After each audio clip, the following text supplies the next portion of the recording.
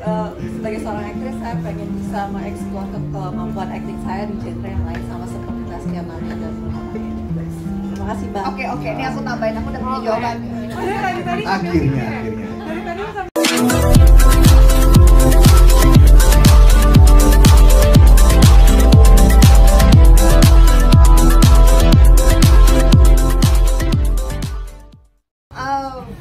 Ini pertanyaan sebenarnya yang nggak tahu aku harus jawabnya seperti apa, karena itu kan label yang diberikan bukan dari aku gitu, itu kan sebenarnya dari Publik.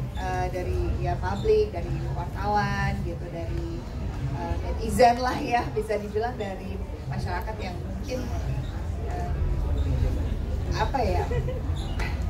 mungkin Luna tuh dikenalnya sebagai pemain horor kali ya gitu, karena memang bisa dibilang aku nggak mau ngomong ini, I don't wanna jinx it, but ya beberapa film yang dimainkan kan lumayan dar gitu.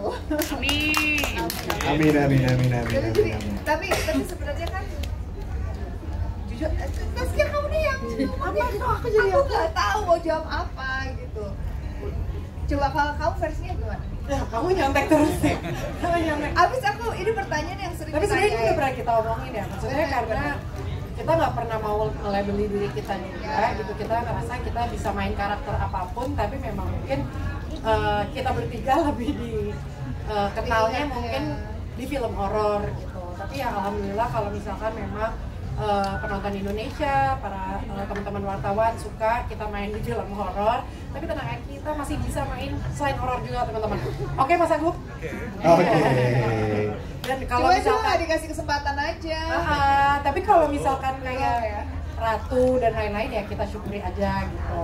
Kalau karena itu menurutku sebuah label yang positif, bukan yang kayak gimana gitu. Jadi kita cuma cukupi aja, tapi kita merasa kita masih bisa berkarir di genre yang lain lagi. Itu kita Mau ditambahkan mungkin pada Duta, Ibu Duta? Harus gitu nggak sih? Coba aku lebih setuju dia dibilang icon perfilman Horor Indonesia. Daripada Duta, betul. Duta tuh sebenarnya bisa ganti-ganti. Dan selain itu juga Sound Seven kan, Mas Duta. Oh iya. Kan, Ibu baik. Krik. Oke. Oh, nge-rap nanti. Itu udah nonton? Udah. Ada lagu itu? Luna Maya. Itu lagu cewek. Nggak bisa dinyanyiin sembarangan ya. Saya tim Ahmad Dhani loh. Oke. Nanti bahaya ya, nanti itu akan Kamu kena nyanyi langsung harus ini loh gue. copyright ya. Baik. Silahkan lanjut Ibu Syarifah Delis. buat saya sebenarnya kurang lebih sama sih. Kalau buat saya itu kalau sampai dinobatkan untuk menjadi seorang ratu horor tuh pressure yang cukup besar ya, karena ratu tuh kayaknya sesuatu yang besar gitu, dan saya merasa saya belum bisa dinobatkan untuk itu gitu, karena aktris Indonesia yang hebat bermain dalam horor itu menurut saya banyak sekali. Jadi saya merasa dengan sangat rendah hati gitu, saya merasa saya belum pantas untuk dinobatkan menjadi seorang ratu horor gitu. Kalau buat saya pribadi, Duta horor termasuk kita juga, dan saya juga nggak, kalau buat saya sebagai seorang aktris saya nggak pengen dikotak-kotakan juga gitu hanya ratu horor, karena saya juga merasa saya pengen bisa mengeksplor kemampuan akting ini saya. jawabannya benar. Ini jawaban Gue kita semuanya setuju sama Syarifah Delis. Yes.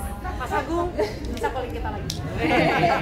Karena sebagai seorang aktris saya pengen bisa mengeksplor kemampuan akting saya di genre yang lain sama seperti Zaskia Mania dan Luna Maya.